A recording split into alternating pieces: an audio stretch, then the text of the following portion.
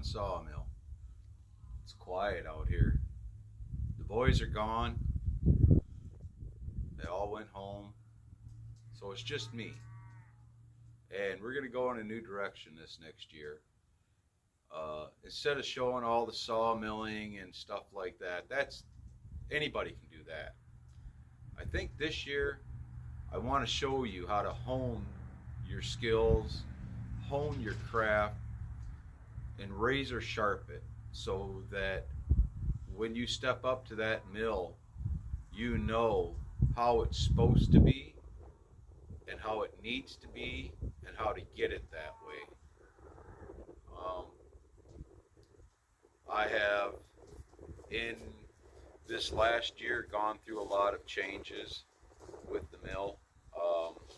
As you can see, the dogs are really close together now. I do that so that I can mill 4-foot stock out and short stuff for floorboards, flooring, crate packing, pallet stock, because you know what?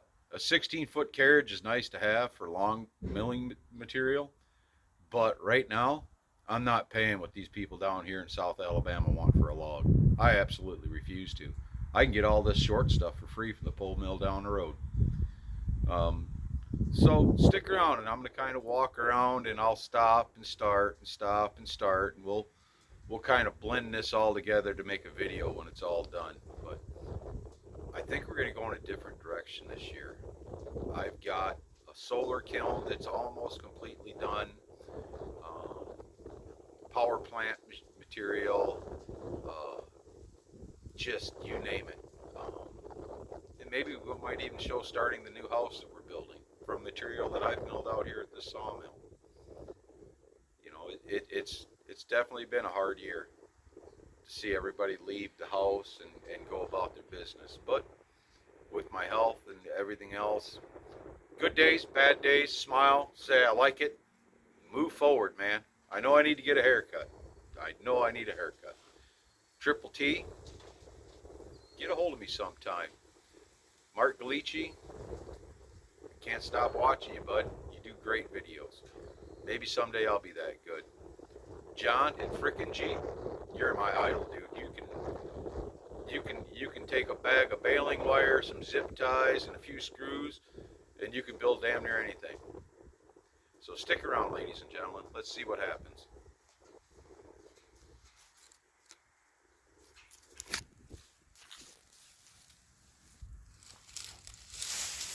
Well, you guys have seen me use this old Kubota tractor many, many times out here on this mill. We're not using it anymore. It's just too small. It's an L4701. It puts out 40 horse. But some of the stuff that we do mill out here, even the short stock, when you're doing 1x17s at 5 foot long maybe, it takes a lot of power. And I'm going to get into it with how much power these mills truly do need. And they need a lot of power. Regardless of what you may think you need, you can add to it, because I'm telling you, when you get these mills singing and you're able to cut down your carriage time, you can make a world of difference, and it'll show in the end product.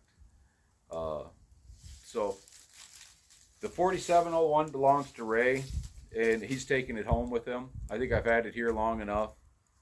I think I've beat on it long enough and used it for things that should have never been used for, and done way too many wheel stands with it, and one wheel on the ground, 3 wheels off the ground. You know how it goes. We can always push it just a little bit further, just a smidge, maybe a smidge and a half. Who knows?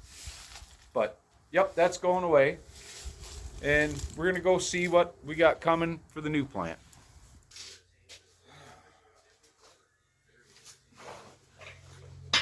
So this is the power plant that's going in the tractor. This is a D239 International Harvester. I've already gone through the whole thing. There's nothing that hasn't been touched. It's the end of the year. Area Diesel Service has the injector pump.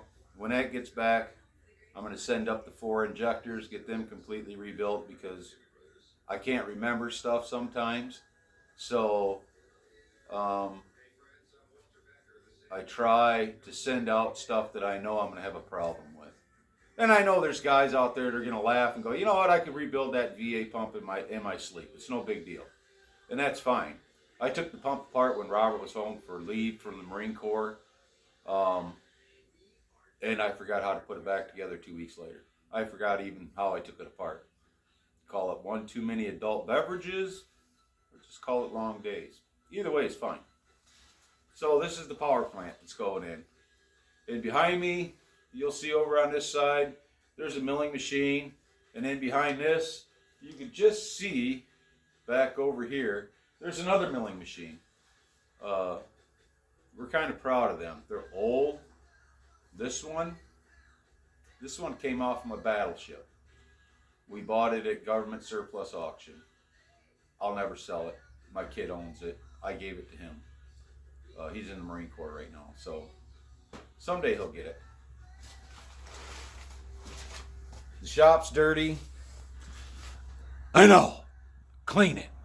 Yeah, that's on my list. My list is about this long. And if you can't see my bottom hand, that's because it's all the way at the floor, just about. But I'm telling you, it's a long one. I got more junk and more half-finished projects that people had me starting, and they decided, we're going to go a different route. So hang on. So, these are the injectors that are going in the new power plant. They came out of a different motor. These are the ones that were in the power plant. I don't think I'm going to use them. You probably can't see them real well. I'm sure if I threw them in the dip tank for a while, it'd be fine. I'm just not doing that. It's easier to use these because these have 2 bolts to hold them in. This has got like a clamp that holds it down. So I'm going to find all of them. I'm going to rebuild these ones first to put in and then send these out because I can't afford to be sending parts out one right after the other, after the other, after the other. I'm like 99% of you guys. I've got a budget and my wife says, you get X amount of play money, do whatever you want, but when it's gone, it's gone. Go back to work, make more.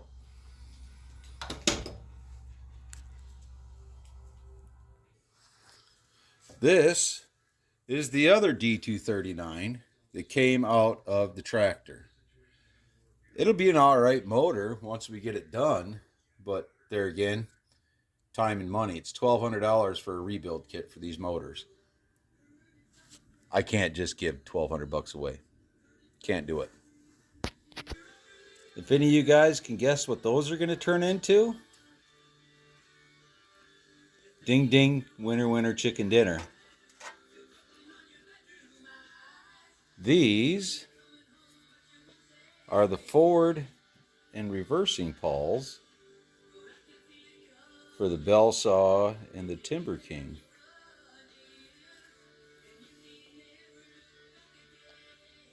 See? Let me stand it up.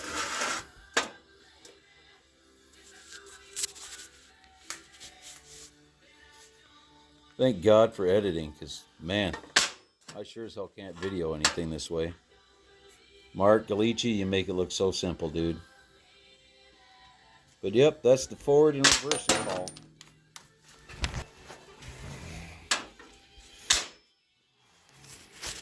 We make them on this machine.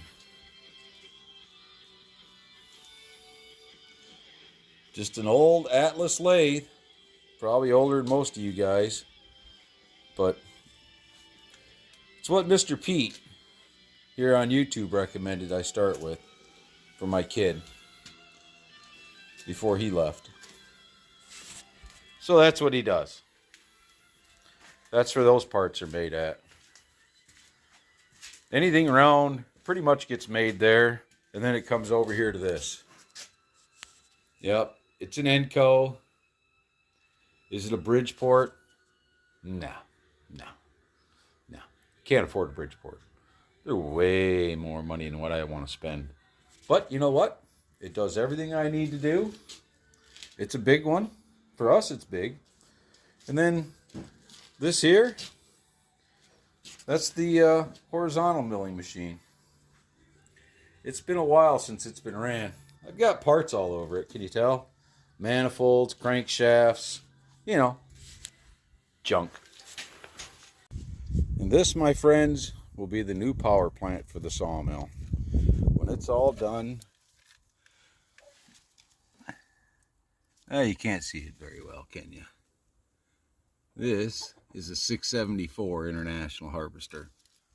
This is what that D239 goes into. The only part of this that I really truly care about is right there. That transmission, that rear end, and that drive through. Why? Because I don't care if it drives. I really don't.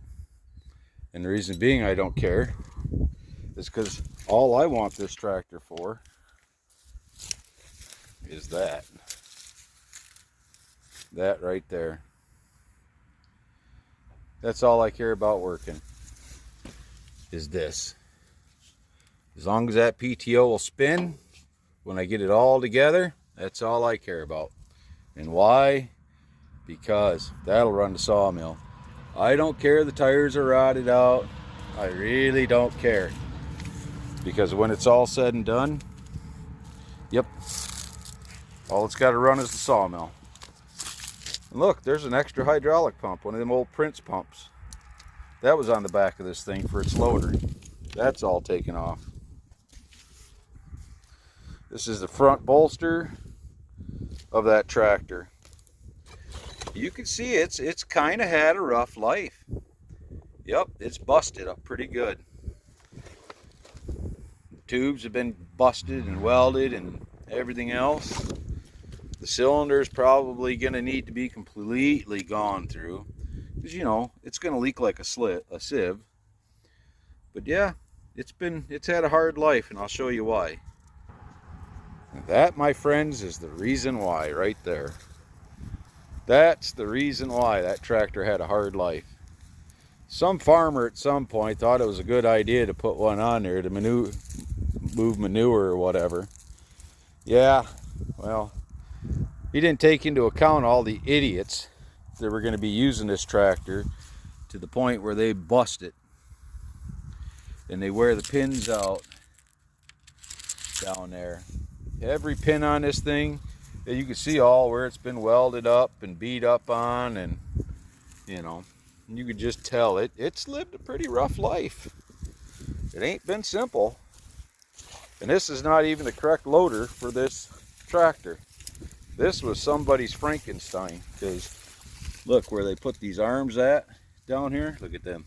Look at that weld. Ain't that pretty? She's cracked right through. She's been welded and gob welded. Yep, it's not even the closest to being right. Pins are just welded in. No, we don't need to take them out to service them. Nah, next guy will do that. So, that's exactly where this thing is going to sit at, is right here, until I figure out what to do with it, because I don't want it on that tractor. So, we're back out here at the mill, and as we go, we're going to kind of start paying particularly close attention to tooth angle. And if you look, some of them are pretty good, and some of them, let's look at that one. Look at that, and man, remember, 35 to 37 degrees, that is the proper tooth angle. I'm going to just about bet you that's way over 35 degrees. So, what I'm going to do is I'm going to show you guys how to make a gauge, so that as you're filing and touching your teeth up, that you maintain that. And also remember, on the back side of this tooth down in here, every time you touch it here, you need to take a round file, and you got to touch it here to open that gullet up a little bit. But don't open it so far that you're down into the keeper. Don't do that. That's bad. Don't do that. But yeah, I had Donald do a few of these teeth, and wow, he got them. Either he did it or maybe Robert did it, but it don't matter. It'll be fine. We'll put new ones in, and I'll show you the gauge, and then we're going to work on that and making sure your saw plate is running good.